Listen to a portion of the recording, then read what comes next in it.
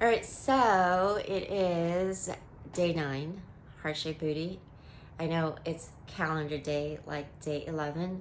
I'm still slowly working my way through some of those tech issues that I spoke about this month. Also, I'm trying to post on the daily, right? Which gets a little bit tricky when you're a female and you have monthly cycles. All right, that's just some days you just are too cramped, okay, to think about moving about and not, when you're feeling like gross and bloated, you don't really want to be on camera. So, but I'll still do it, right? Most days. Okay. All right. So I've been thinking about a couple things that I think is a kind of, I don't know, it could be polarizing, but you know me, I say what I want, I do what I want. The idea of having this obsession with a big booty is so strange to me, but so is the obsession with big boobs. For me, it comes down to efficiency in multiple factors. Now, as far as aesthetics, as long as it's for you, as long as that's what you like, I don't care. But it takes actually a lot of work, right? So the first efficiency factor is the cost benefit ratio. The second thing is the that includes the effort, right? The second thing is, if you want to think about, as long as you put in so much work, I mean, you want it to think about that it's going to last you for a while.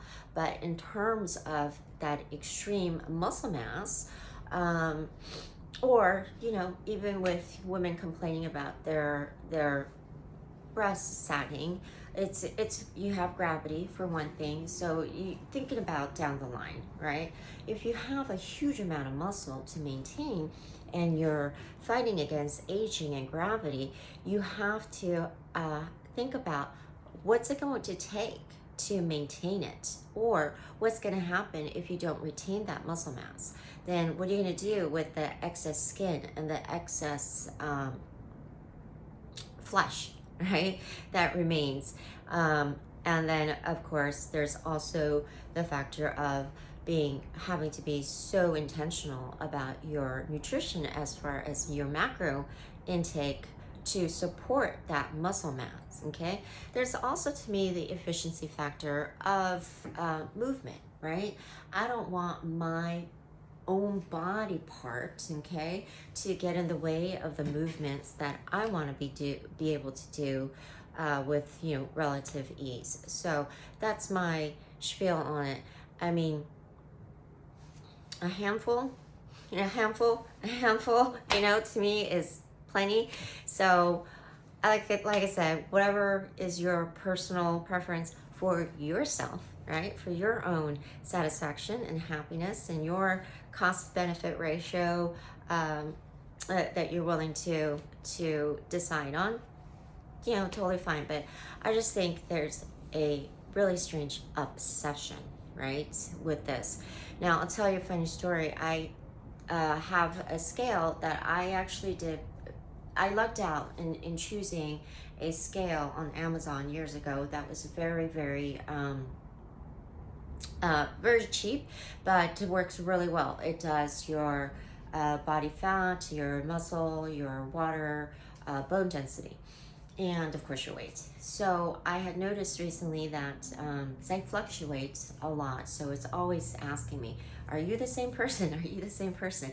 So I pushed something accidentally and realized that I hadn't changed my age on my setting. It was still set to 45. So I'm almost 48. So I was gonna put 48, but technically I'm still 47. So I updated it to 47. All of a sudden, my fat percentage jumped up like 3%. So I thought, this is crazy. So I happened to go to the chiropractor that day or the day after. So I had, and my chiropractor's wife works with him. She's a nutritionist, and so she has one of those scales too that you step on. So I had her scan me with that scale, and my body fat percentage was where it was, you know, before, which is about 20%. And it prints you out a little bit of a report, and it tells you, according to your age and your height and your sex, what the normal BMI is. And by the way, I think that BMI is BS, for the most part. So I was like, okay, good, 20%. That's basically what at least I knew I was. And I mentioned to her casually, yeah, I think I just need to get to about 18%. And she kind of started to almost counsel me, like, hey, oh, that's a little bit low because your BMI is already under the 23, which is the low. Because I think the BMI was like 23 to 30 or 34% or something, which to me is crazy high. So I said no, because there's no boobage. That boobage for women will be like 20% of their of whatever their body fat is. It'll be like half of their body fat. I don't have boobage. I'm super athletic with a whole bunch of muscle mass, so I'm good. But yeah, it was kind of funny that she thought she had to counsel me. Please. I mean, I love her. It's not anything against her, but I mean, look at this. Look at this. Whatever. Okay. Your own standards. Okay, is my point. Your own standards. I just think that, you know, we have to think about a lot of factors outside of, you know, because first, obviously, is your strength, and then you have a relative amount of aesthetics to think about, but then, you know, you have to kind of factor everything in that I talked about. All right, so I've got two new exercises for you today. Sorry for that long spiel. I'm always tired, so I start to ramble. I'm going to show you a great new mobility drill to incorporate. Remember, I love mobility drills because they take about 2 minutes, and even though the mobility is not really for shaping your muscles, or it's not a workout, anything mobility related, I have gotten the most benefit, like visible benefits I could feel in the shortest amount of time. Okay, so that's why I love mobility drills. So we're going to do the windshield wipers today, which is for your hip mobility. So let me just grab a mat. So we're going to get down on the floor. Obviously, I'm not dressed, but I am wearing sort of stretch pants. And hopefully, I will get out of these into normal, some workout clothes, and do my workout and film some more. We'll see. It's a mystery. What I'm going to do today is a total mystery to me as well. All right. As long as I'm not falling asleep eating ice cream, I call it a win, okay? I mean, eating ice cream is a win, but if I'm falling asleep eating ice cream when I intended to do a workout, which happens way too often, that is my situation here. All right, so we're going to get down seated on the floor, and I'm actually going to show you, try to angle it here, because the shoulder position here is really important. What you don't want is to have your shoulders forward.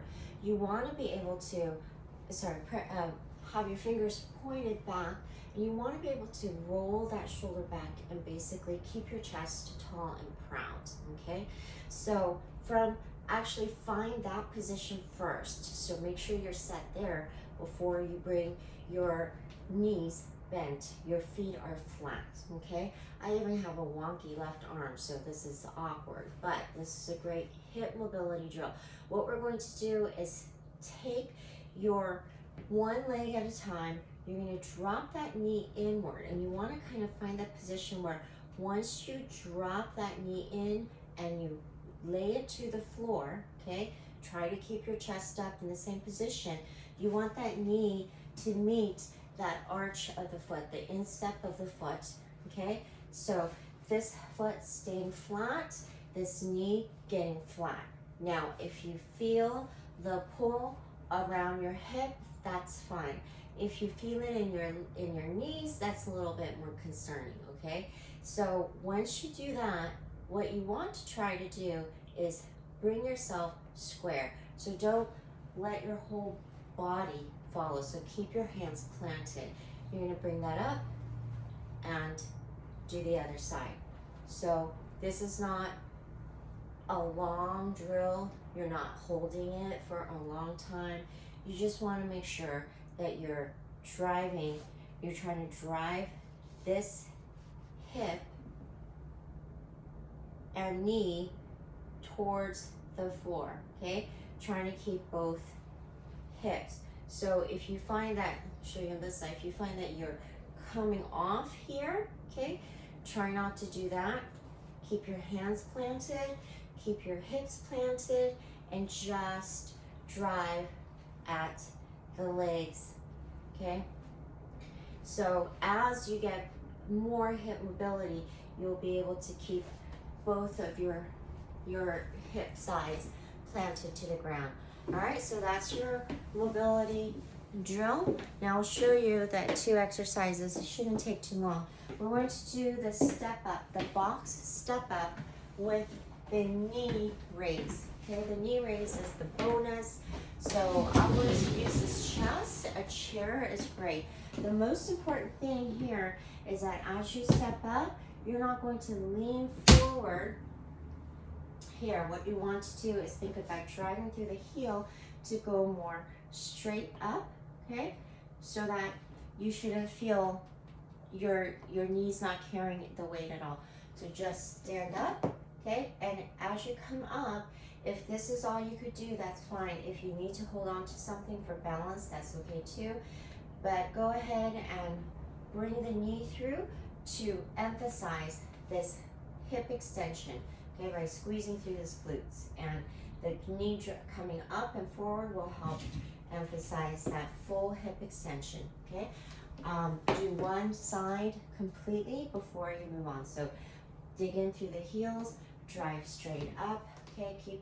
Always keep your shoulders and down, your abs engaged, and drive through.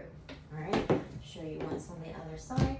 So your moderate level would be if you have the weights, okay? Holding the weights. Okay, so just don't come up first and then do this, okay? Try to think about going straight up, okay?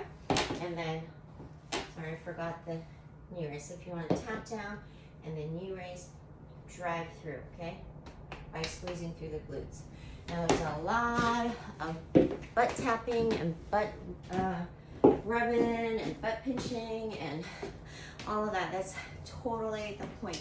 You want to be able to use your own self to give yourself the cue and make sure you're firing. So the moderate and the step up levels will be to hold weights or to hold heavier weights. All right, so the next one is super intense. You want to do is get yourself set up into that hip thrust setup. Hopefully you've already done this. So I'm just going to put this against the wall so that I could lean back and not worry about falling over. I also, remember, you want to have a good grip on the floor. On this one, the setup is as before, your shoulders right under your scapula so that you can comfortably prop your elbow or your arms up.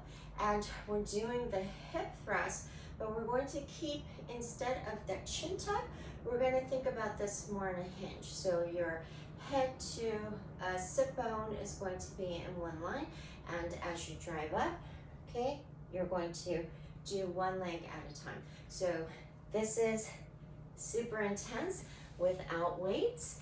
Later on, you could add your booty band, and then you could also, if you have the stability to do so, put the weight across in that divot here in your hip hinge area. All right, give it a go.